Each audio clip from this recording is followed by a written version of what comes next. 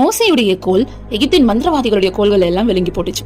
மோசே செய்த அற்புதங்களை நாங்களும் செய்வோம் செய்த மந்திரவாதிகள் குறிப்பிட்ட அற்புதங்களுக்கு மேல இது எங்களால செய்ய முடியல, இது தேவனுடைய விரல் என்று சொல்லி பின்வாங்கினாங்க. இதே போலதான் இயேசு கிறிஸ்துவும் அவரை விசுவாசிக்கிறவர்களும் செய்து கொண்டிருக்கிறதான அற்புதங்களை போலவே நாங்களும் செய்வோம்னு சொல்லிட்டு குருடர்களை பார்க்க வைக்கிறது, கை கால் செயலிழந்தவர்களுடைய கை கால்களை செயல்பட வைக்கிறது, மூளையில சிப்களை பொறுத்து இப்படிப்பட்ட காரியங்கள் எல்லாம் செய்து தன்னையும் ஒரு பெரிய ஆள் போராட்டி கொண்டிருக்கிறான்.